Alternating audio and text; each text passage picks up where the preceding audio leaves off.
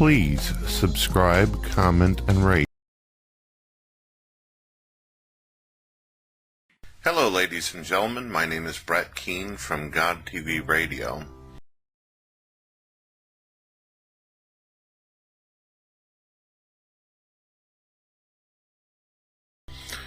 I would like to lay down some ground rules before we get into the topic of pain and suffering.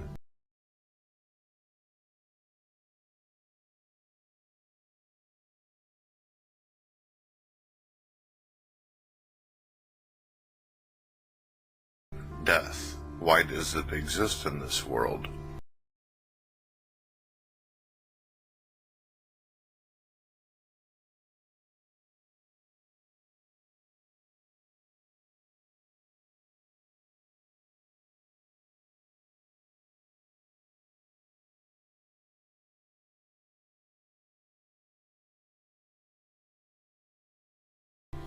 My first question for you: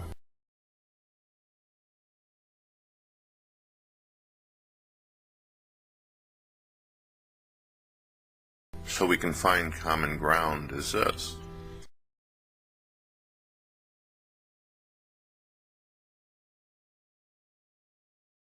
do you believe that from the beginning of man,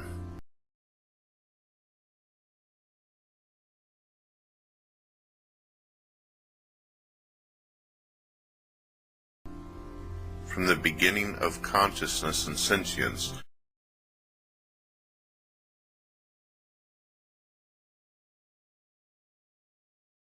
when we were aware of our very existence, aware of ourself,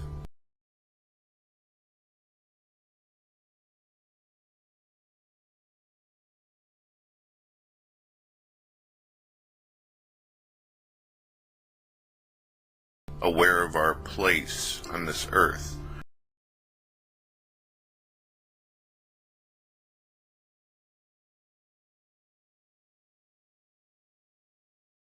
we made the choice to kill.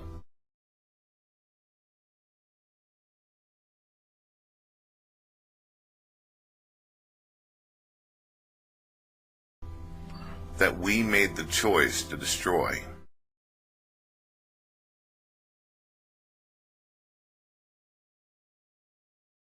That we made the choice to harm other people. That we, as a human race, has had one of the most bloodiest, darkest, horrid histories of all times.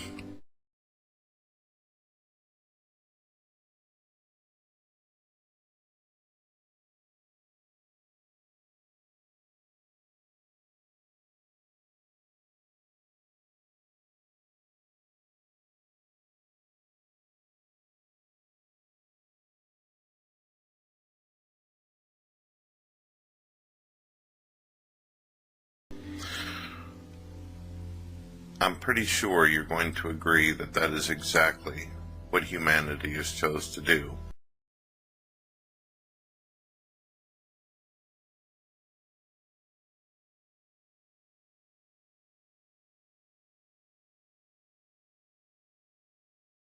And chooses to do even now. Many years ago, there was a man who was stricken with a disability. And he asked the question, where is God? Why am I allowed to suffer for? Why do I go through this pain? I had so many ideas and so many thoughts about how my future should be. And now I am disabled. Now I can't move, I can't walk, I can't talk. I can't move my hands, I can't even move my arms. Why is God doing this to me? He asked. His wife, who believed in God, she took care of him. She fed him. Whenever he got sick, she took care of him. She prayed to God for him. She thanked God that he existed. One day, this man became very ill, and he ended up being rushed into the hospital. The doctor said he's not going to make it unless we do some kind of surgery. And the surgery that we need to do is so hardcore that it's most likely going to kill him. And if we do the surgery, he'll definitely never be able to communicate or talk again. So this Christian woman, as she looked at her husband laying on the table, she had to decide, do I pull the plug on him or do I let him live? Do I take a chance? You see, to the Christian woman, this man that was laying on the table was not just a lump of cells. He was more than just a bunch of chemicals that randomly came together in the universe.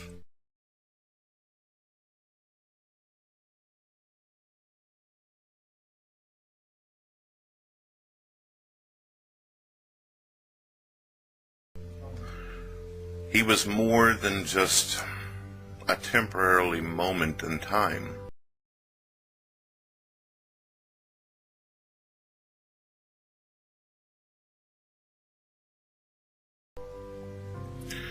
To her, this man meant everything to her, below that of God, of course, God being number one.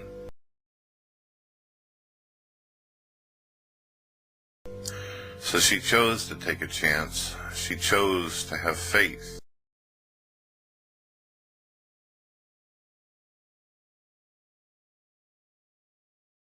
She chose to have hope. And the doctors, they worked on him even though they were convinced that most likely, according to mathematical probability, he was going to die.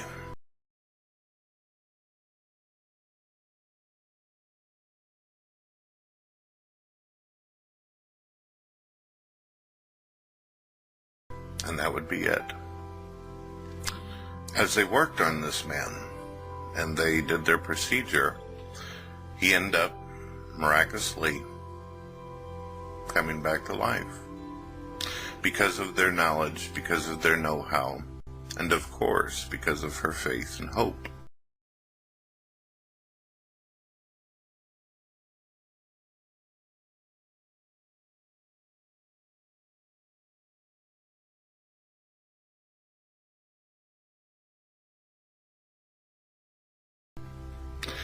This man is still alive today, and his name is Stephen Hawking.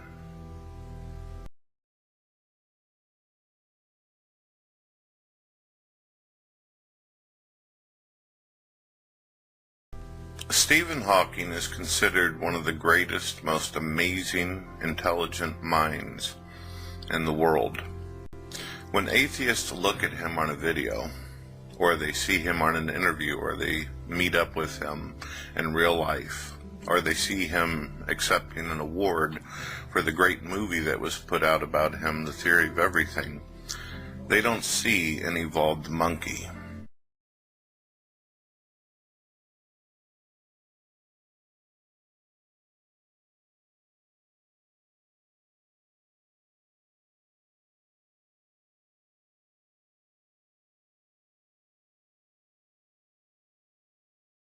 They don't see an evolved worm. They don't see a fish floating around in water, as Richard Dawkins would suggest.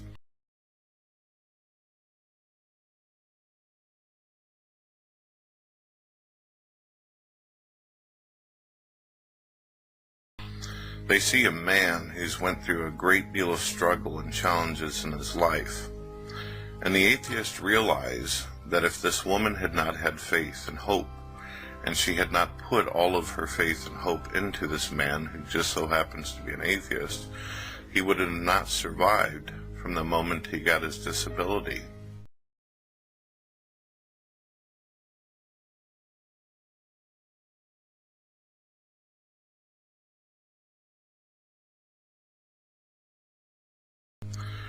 One of the wonderful things that we see whenever we look at Stephen Hawking is we don't see a wheelchair. We don't see a man who is garbage or trash, and we definitely don't see him as nothing more than chemicals that will become non-existent in the universe.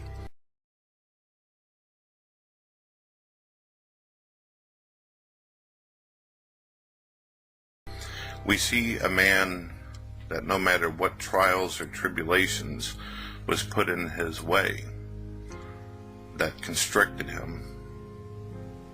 We see that through his faith and his hope, and through her faith and hope, that he is still alive today.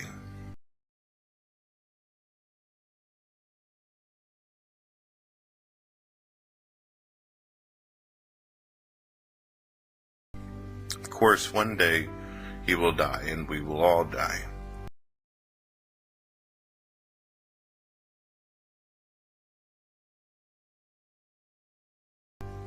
But through faith and hope he exists.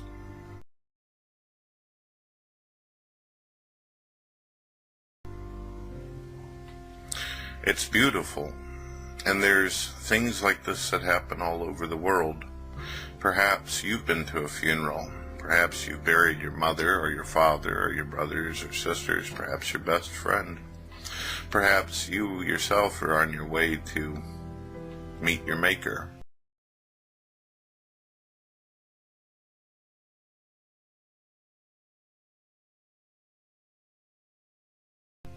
Perhaps you are dying, and one day you will be put in the box and lowered into the ground.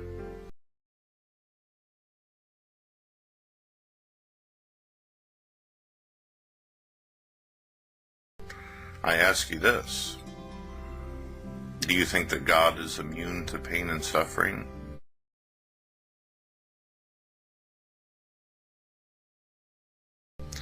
Can you not see that God understands death?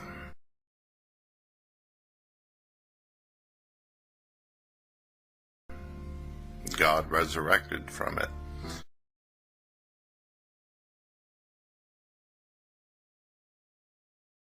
And he said to all those who would believe,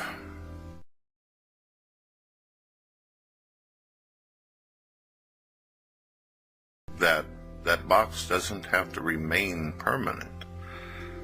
That hole in the ground, that does not have to be permanent.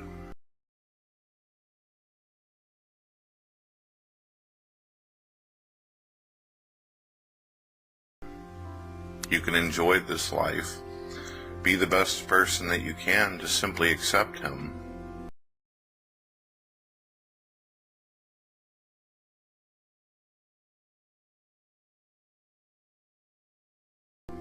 And one day, all those constrictions and all those limitations that you had on earth will be gone, because you will be with God, and you will have a glorified body.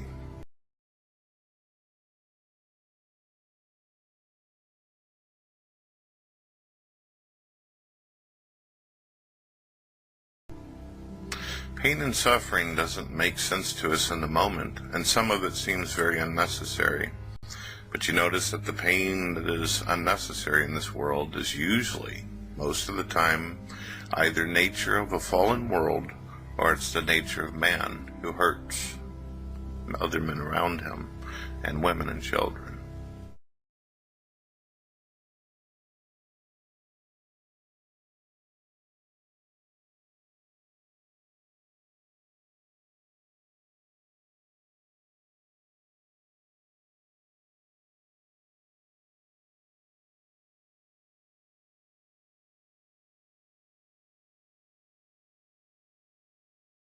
It is what it is.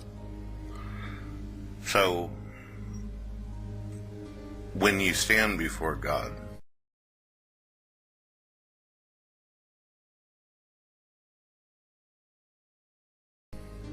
and you see all your loved ones, and you see your best friend, and you see your mother and your father and your brothers and your sisters,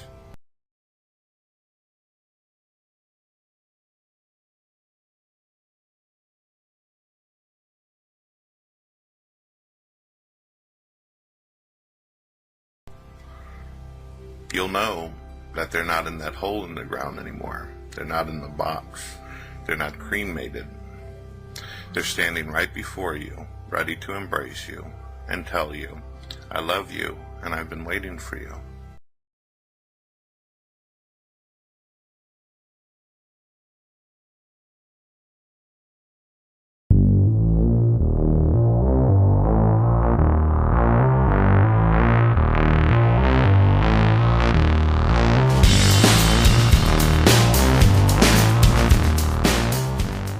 please don't forget to subscribe, comment, and rate.